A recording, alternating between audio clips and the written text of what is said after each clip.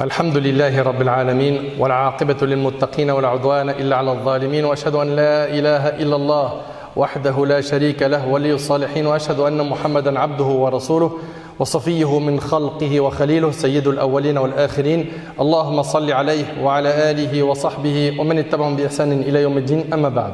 Mes chers frères et sœurs, on continue toujours notre série Qu'est-ce que l'islam?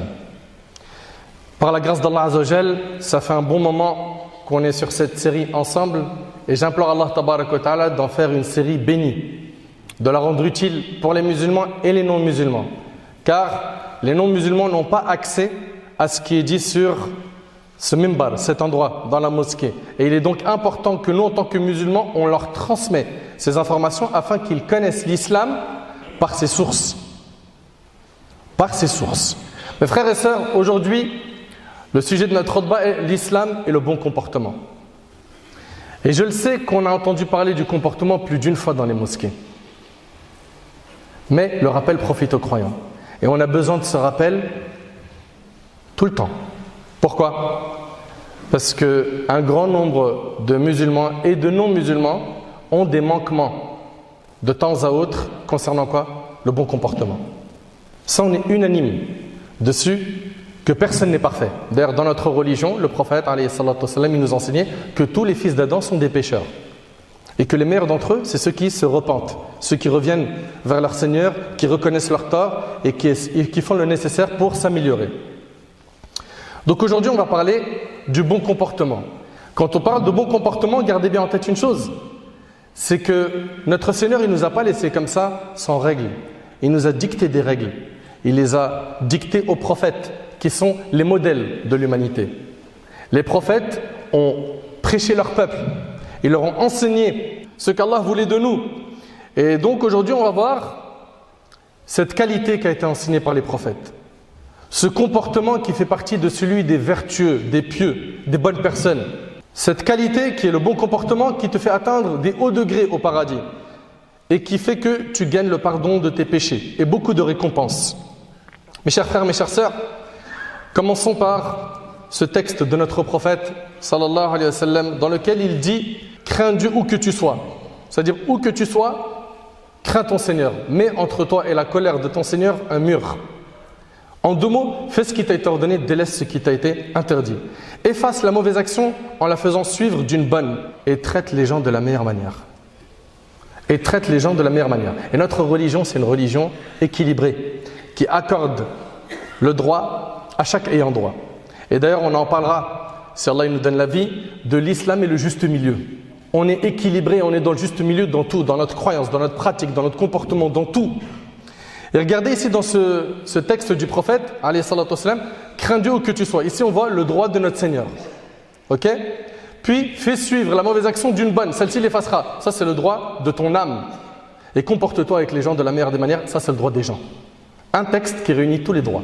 Parmi ce qui montre l'importance du bon comportement, il y a que notre bien-aimé, notre prophète, alayhi salatu wassalam, lorsqu'il était en prière, il invoquait son Seigneur en disant « Wahdini li ahsanil akhlaq, la yahdi li ahsaniha illa ant, wasrif anni sayyi'aha, la yasrifu sayyi'aha illa ant » Il disait dans sa prière, c'est notre prophète, et on sait que le prophète Muhammad, alayhi salatu wassalam, il a été envoyé pour qui? « Wa ma arsalnaka illa rahmatan lil alamin » Allah il nous dit dans le Coran, nous ne t'avons envoyé, en parlant du prophète, que comme miséricorde pour l'humanité. Pour l'humanité. Et il nous dit également, لَقَدْ كَانَ لَكُمْ فِي رَسُولِ اللَّهِ أُسْوَةٌ حَسَنَةٌ. Vous avez en votre prophète un parfait exemple à suivre.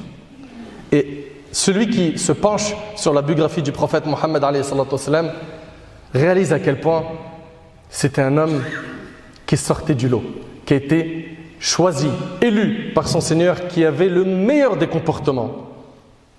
Le prophète, alayhi salatu wassalam, dans sa prière, il disait « Guide-moi vers les meilleurs caractères, car toi seul guide vers les meilleurs caractères, débarrasse-moi des mauvais caractères, car toi seul débarrasse des mauvais caractères. » Le hadith, il est rapporté par Muslim selon Ali. Allah, tabaraka wa ta'ala, notre Seigneur, il a fait l'éloge du prophète, sallam, par son comportement. Il lui a dit « Wa innaka la'ala khuluqin azim » et tu es certes d'une moralité imminente. Et Aïcha, radiyallahu anha, la femme du prophète, sallam, elle a dit, quand on l'a questionné sur le comportement du prophète, sallallahu alayhi wa sallam, elle a dit que son comportement était celui du Coran. Kana khuluquhu al-Qur'an. C'est-à-dire quoi? C'est-à-dire qu'il a mis en pratique le contenu du Coran. alayhi salatu wassalam, il a appliqué ses règles, il s'est écarté des interdits, il a exécuté les ordres de notre Seigneur Azza wa Jal. Notre prophète alayhi salatu wassalam n'a jamais été vulgaire et il n'a jamais cherché à l'être. Il y a des gens qui, parfois, n'ont pas connu la vulgarité dans leur vie, dans leur éducation, mais ils cherchent à être vulgaires pour fondre dans la masse, se faire accepter par leurs amis. Le prophète, alayhi salatu wassalam, il n'a jamais été vulgaire, il n'a jamais cherché à l'être. Méditez s'il vous plaît, c'est notre exemple. Ouvrez bien vos oreilles. Tout ça, ce que je suis en train de dire là, ça nous concerne tous, sans exception. Le prophète, alayhi salatu wassalam, dans le hadith d'Abi Huraira, qui est rapporté par l'imam Malik, il a dit « Certes, je n'ai été envoyé que pour parfaire les nobles comportements. » Parmi ses missions, il y avait le fait d'enseigner aux gens les nobles caractères. Le prophète, alayhi salatu wassalam, il était pudique. Il était plus pudique que la jeune fille vierge dans son gynécée. Le prophète, sallam, quand il rentrait chez lui, il était au service de sa famille. Le prophète, alayhi salatu wassalam, il recousait ses chaussures. Le prophète, sallam, c'était quelqu'un de modeste, c'était quelqu'un de souriant. Et à chaque fois qu'on le voyait, on le voyait souriant. D'ailleurs, ça faisait partie du comportement qui était très visible chez lui, le sourire. Jarir radhiyallahu anhu, il a dit, le prophète, alayhi salatu wassalam, ne m'a jamais vu sans qu'il ne me fait un sourire. Il était toujours souriant, alayhi salatu wassalam. Mais on sait qu'un sourire en dessine un autre. C'est vrai ou pas? Souris à quelqu'un, il va te sourire. Et le prophète, alayhi salatu wassalam, il nous enseignait que le sourire, c'est une aumône. Et on a du mal aujourd'hui à sourire. C'est des récompenses qu'on gagne en souriant. Mais on a du mal. Avec les collègues de travail, avec les gens qui nous entourent à la fac, à l'école, ou bien nos voisins, ou dans notre quartier. Souris, tu gagnes des récompenses. Et ça fait partie du bon comportement. Le prophète, alayhi salatu wassalam, a toujours été au service des gens, ceux qui étaient dans le besoin. Il n'a jamais méprisé un orphelin. Il n'a jamais eu un mauvais comportement envers quelqu'un de pauvre. Mais il était au service de ces gens-là. Il faisait le nécessaire, pourquoi? Pour essayer de les réconforter. C'était une miséricorde pour l'humanité. Le prophète, alayhi salatu wassalam, avait le cœur le plus doux, le plus tendre. Il était de ceux qui pardonnaient à autrui. Le prophète, sallam, quand il était en prière, en train de diriger la prière en groupe, écoutez bien, à la mosquée, et qu'il entendait les bruits des pleurs d'un bébé, il écourtait cette salat, cette prière, c'est-à-dire qu'au lieu de prendre son temps dans la prière et réciter longtemps, non. Il faisait en sorte que la prière soit plus courte que prévu. Pourquoi? Pour pas que la maman qui entend les pleurs de son bébé souffre par les pleurs de son bébé. Vous avez vu la miséricorde? Il est passé où ce comportement aujourd'hui dans notre communauté? Il est passé où? Le prophète sallam, il avait donc un excellent comportement. Il faisait preuve de beaucoup de patience. Il a connu la faim, jusqu'au point où il avait des pierres qu'il mettait sur son ventre et qu'il attachait. Pourquoi? Pour combler cette douleur de la faim. Le prophète sallam, avec tout ça, il ne se plaignait pas. C'était quelqu'un de patient, endurant. Il prenait sur lui. Alayhi salatu wassalam. Ça, c'est le comportement de notre prophète sallam. Vous le savez très bien pour ceux qui ont étudié sa biographie, que ses ennemis, ils ne l'ont pas lâché. À la Mecque, ils ont tout fait pour le nuire, lui et ses compagnons. Et à Médine, pareil. D'ailleurs, il y a eu plein de batailles. Surtout quand il arrive à Médine, ça s'est enchaîné. Badr, Uhud, Ahzab, n'est-ce pas? Il y a eu beaucoup de batailles. Et le jour de la conquête de la Mecque, le prophète sallam, il dit à ses ennemis, partez, vous êtes libres. Partez, vous êtes libres. Allahu Akbar. C'était quelqu'un qui pardonnait. Notre religion invite au pardon. Allah Ta'ala, il dit qu'il pardonne et absolve. Tu peux pardonner, mais absoudre, c'est autre chose. Tu peux pardonner, mais tu gardes toujours quelque chose dans ton cœur. La religion te dit pardonne et efface. Et c'est dur ça, on est d'accord ou pas? C'est dur. Mais la religion te demande de faire le nécessaire. Pourquoi? Pour éduquer ton âme sur l'excellence dans la moralité, dans le comportement. Et je sais que c'est pas facile, mais le paradis, tu crois qu'on va l'obtenir sans faire d'efforts? Tu as oublié que le prophète alayhi salatu wassalam, a dit la marchandise d'Allah vaut cher, la marchandise d'Allah c'est le paradis. Écoutez ce hadith, ce texte prophétique. Anas ibn Malik radhiyallahu anhu a dit: je marchais avec le messager d'Allah sallallahu alayhi wa sallam alors qu'il portait un manteau de Najran avec une bordure épaisse. Alors un bédouin est venu et l'a attrapé fortement par la bordure de son habit. Puis il a dit: oh Muhammad, ordonne qu'on me donne quelque chose de l'argent d'Allah que tu possèdes. Donne-moi quelque chose de l'argent, je veux une aumône. Le prophète alayhi salatu wassalam s'est tourné vers lui et a souri. Tu imagines quelqu'un, il t'attrape agressivement, il dit: hey, donne-moi une aumône. Et toi tu le regardes, tu souris, tu lui dis: donnez-lui une aumône. Qui ferait ça aujourd'hui? On n'arrive même pas à imaginer que cette scène nous arrive. Et on n'arrive même pas à imaginer, nous, comment on va se comporter à ce moment-là. Qui parmi nous va faire preuve de douceur? Le prophète, alayhi salatu wassalam, il a souri, puis a ordonné qu'on lui donne. Donnez-lui une sadaqa. Et c'est rapporté par l'imam al-Bukhari. Dans ce hadith, on y voit la douceur et le pardon du prophète, alayhi salatu wassalam. Son envie d'attirer les gens à l'islam et sa patience était impressionnante. Son envie d'attirer les gens et sa patience était exemplaire, alayhi salatu wassalam. Notre religion nous ordonne de respecter les engagements. Allah Ta'ala il nous dit dans le verset « Wa awfu bil ahd, inna al-ahda kana mas'oula » et remplissez l'engagement car on sera interrogé au sujet des engagements. Et regardez avec moi cette histoire qui est rapportée par l'imam Muslim. Méditez et regardez la valeur du respect de l'engagement. L'absence de Hudhayfa radiyallahu anhu, Hudhayfa ibn al-Yaman, durant la campagne militaire de Badr. Il y a une bataille qui se prépare, la bataille de Badr. D'accord? Hudhayfa ibn al-Yaman, radiyallahu anhu, lui-même il raconte que la seule chose qui l'a empêché de prendre part à cette campagne militaire, c'est un engagement qu'avaient pris de lui les païens de la Mecque de ne pas le faire. Ce qui s'était passé en fait, c'est que lorsqu'il avait émigré, donc Hudhayfa, ce compagnon du prophète sallallahu alayhi wa sallam, il a émigré de la Mecque avec son père. Les païens, après les avoir interceptés, avaient fini par les relâcher et les laisser partir en les faisant promettre de ne pas combattre auprès du prophète sallallahu alayhi wa sallam contre eux. Ils leur ont dit, quand vous rentrez à Médine, on vous laisse partir, mais par contre, dès que vous arrivez à Médine, vous ne combattez pas contre nous. Imaginez l'envie de Hudhayfa et de son père d'aller combattre avec le prophète sallallahu alayhi wa sallam. Mais ce qu'il faut savoir, mes frères et sœurs, c'est que la religion ne se base pas sur les sentiments, mais sur le Coran et la tradition prophétique. Lorsque le prophète sallallahu alayhi wa sallam a appris cela, il leur a dit, regardez ce qu'il a dit à Hudhayfa, nous remplissons l'engagement que nous avons envers eux, envers les Qurayshites. Je ne sais pas si tu imagines. Il a dit, vous avez un engagement, c'est de ne pas combattre. Eh bien, vous ne combattez pas. Nous remplissons l'engagement que nous avons envers eux, c'est-à-dire envers les Qurayshites, et nous recherchons l'aide d'Allah contre eux. Vous imaginez en guerre, le prophète sallallahu alayhi wa sallam, il dit, il y a un engagement, vous ne venez pas avec moi? Subhanallah, le respect de l'engagement. Une religion qui ordonne la justice. Ya ayyuhalladhina amanu kunu qawwamina lillah shuhada'a bil qist wa la yajrimannakum shana'anu qawmin ala alla ta'dilu i'dilu huwa aqrabu lit-taqwa wattaqullaha innallaha khabirun bima ta'malun. Oh les croyants, soyez stricts dans vos devoirs envers Allah et soyez des témoins équitables et que la haine pour un peuple ne vous incite pas à être injuste. Pratiquez l'équité, soyez justes, cela est plus proche de la piété et craignez Allah car Allah est certes parfaitement connaisseur de ce que vous faites. Mes chers frères, mes chères sœurs, le bon comportement a été valorisé dans notre religion et on va voir ici défiler pas mal de textes de notre prophète sallallahu alayhi wa sallam. La première des choses qu'il faut savoir, c'est que le bon comportement te fait atteindre le degré des grands adorateurs. Écoute avec moi, Aïcha, la femme du prophète sallallahu alayhi wa sallam, rapporte, j'ai entendu le messager de Dieu sallallahu alayhi wa sallam dire, le croyant atteint sûrement par sa bonne moralité et son affabilité le degré de celui qui jeûne toute l'année et passe toutes ses nuits à prier et à évoquer Dieu, rapporté par Abu Daoud. C'est-à-dire par ton bon comportement, tu atteins le degré de celui qui jeûne toute l'année, passe toutes ses nuits en prière et à évoquer Dieu, à évoquer Allah. Subhanallah, c'est pas impressionnant franchement.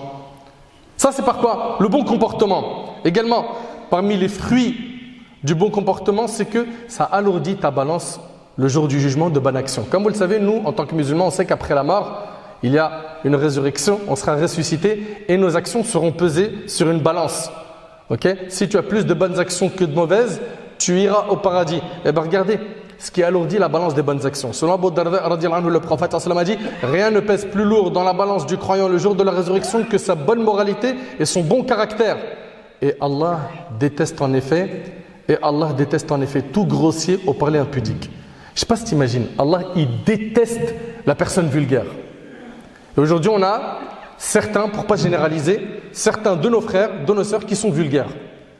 Tu arrives à imaginer, Allah, il déteste ces personnes. Toi, tu es content d'insulter des mères, d'insulter un tel, ils se concurrencent dans ceux qui ont des nouveaux gros mots aujourd'hui, notre jeunesse. Mais Allah, il déteste ces personnes. Tu veux être détesté par Allah? Et selon Anas, radiyallahu anhu, le prophète sallam a rencontré Abu Dhar, ce noble compagnon, et il lui a dit, oh Abu Dhar, ne vais-je pas te montrer deux choses qui sont plus légères sur le dos et plus lourdes dans la balance qu'autres qu'elles? C'est-à-dire ici, deux choses qui sont faciles à pratiquer, mais qui sont lourdes dans la balance des bonnes actions le jour du jugement. Abu Dhar lui a dit, certes au messager d'Allah, le prophète sallam a dit, je te recommande le bon comportement. Et le bon comportement, la définition générale du bon comportement est celle qui a été donnée par le prophète sallallahu alayhi wa sallam, c'est le fait de se comporter avec les gens de la manière que l'on aime qu'ils se comportent avec nous. Voilà. T'aimes qu'on soit doux envers toi, sois doux envers les gens. T'aimes qu'on soit respectueux envers toi, sois respectueux envers les gens. Il a dit, je te recommande le bon comportement et de rester silencieux longtemps. Ça veut dire quoi? Ça veut dire rester beaucoup silencieux, car le silence permet d'éviter les péchés qui sont commis par la langue. Quand tu parles trop, toute la journée il est en train de parler, qu'est-ce qui se passe? Médisance, calomnie, insulte, moquerie. Et ça y va. Et il dit, alayhi salatu wassalam, donc le bon comportement est de rester silencieux longtemps. Car, je jure par celui qui détient mon âme dans sa main, les créatures n'ont pas œuvré par des œuvres comme celle-ci, comme ces actions-là. Et c'est rapporté par Abu Ya'la. Également, le prophète sallallahu alayhi wa sallam a dit, certes, celui à qui il a été donné sa part de douceur, il lui a été donné sa part de bien, de l'ici-bas et de l'au-delà. Et regardez bien, maintenir les liens de parenté et le bon voisinage remplissent les maisons et prolongent la vie, rapporté par Ahmed. Ça veut dire quoi remplissent les maisons? De bénédiction. Et prolonge la vie, ça veut dire que ta vie elle est bénie. Tu feras beaucoup d'actes d'obéissance. Ta vie elle sera bénie. Et d'après Abu Hurayra radhiyallahu anhu, le prophète sallallahu alayhi wa sallam a dit, celui qui est facile à vivre. Vous connaissez des gens comme ça, ils sont faciles à vivre, ils sont faciles. Et d'autres, ils sont quoi? Ils sont trop durs, leur tempérament il est dur. Celui qui est facile à vivre, calme et doux, Allah l'interdit à l'enfer, rapporté par le Bayhaqi. Le prophète sallallahu alayhi wa sallam il nous dit également que les croyants qui ont la foi la plus complète sont ceux qui ont le meilleur comportement. Et c'est rapporté par Tirmidhi sur Abu Hurayra. Le prophète sallallahu alayhi wa sallam dit également, les serviteurs les plus aimés d'Allah sont les meilleurs en comportement. C'est rapporté par l'imam Ahmad selon Osama ibn Sharik. Et également le prophète sallallahu alayhi wa sallam il nous dit, je garantis une maison dans les faubourgs du paradis à celui qui se sera abstenu de toute polémique, même quand il avait raison. C'est-à-dire, tu es en train de débattre avec quelqu'un, tu es dans une polémique, tu as raison. Tu délaisses le débat alors que tu as raison, il t'est promis une maison au paradis. Je garantis une maison, dit le prophète sallallahu alayhi wa sallam, au cœur du paradis à celui qui se sera abstenu du mensonge, même en plaisantant. Et je garantis une maison dans les plus hauts lieux du paradis à celui qui aura été affable et de bonne moralité. Tu occuperas donc une maison au plus haut degré du paradis par le bon comportement, et c'est rapporté par Abu Daoud. On a demandé au prophète sallallahu alayhi wa sallam quelle est la chose qui fait le plus rentrer les gens au paradis. Il a dit la crainte d'Allah et le bon comportement. La crainte d'Allah et le bon comportement, et c'est rapporté par Tirmidhi. Également, le prophète alayhi salatu wassalam a dit, ceux d'entre vous que j'aime le plus, t'aimerais pas être aimé par le prophète sallallahu alayhi wa sallam, ceux d'entre vous que j'aime le plus et qui seront le plus près de moi le jour de la résurrection sont ceux d'entre vous qui jouissent de la meilleure moralité, ceux qui ont le meilleur comportement, et c'est rapporté par Tirmidhi. Et quand tu regardes les textes de la religion, quand on regarde les actes qu'Allah subhanahu wa ta'ala il a rendus obligatoires pour nous, regardons les piliers de l'islam, tu verras que dans nos adorations, il y a toujours une finalité, c'est d'avoir un bon comportement. Regarde, Allah tabaraka wa ta'ala dit Inna salata tanha 'anil fahsha'i wal munkar. La prière préserve de la turpitude et du blâmable.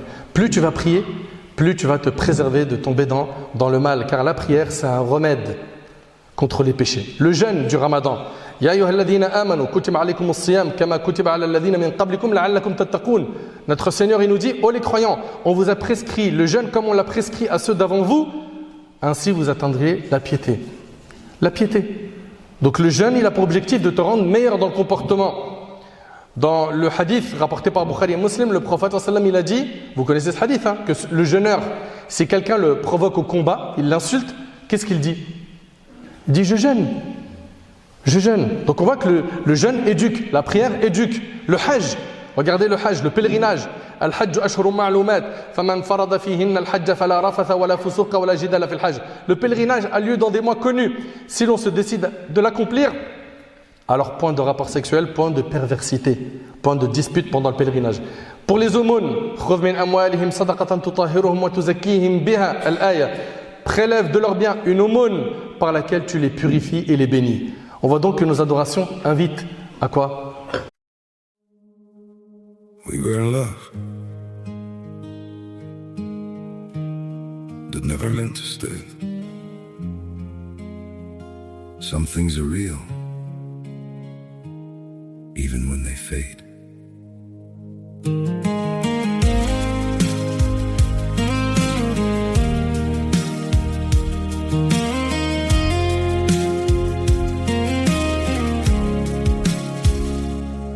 I used to think if we kept holding on, we could bend the truth somehow. But love can't fight what's pulling us apart, and it's breaking us down now.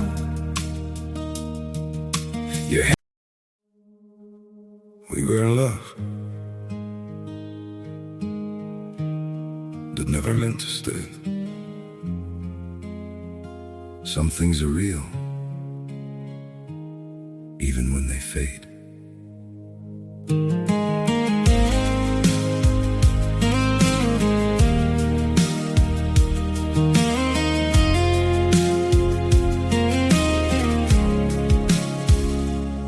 I used to think if we kept holding on, we could bend the truth somehow. But love can't fight what's pulling us apart, and it's breaking us down now.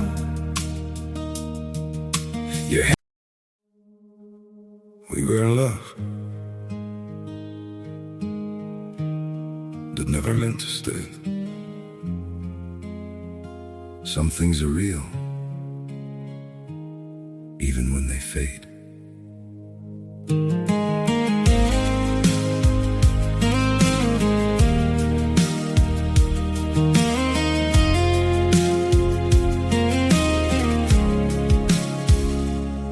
I used to think if we kept holding on, we could bend the truth somehow. But love can't fight what's pulling us apart, and it's breaking us down now.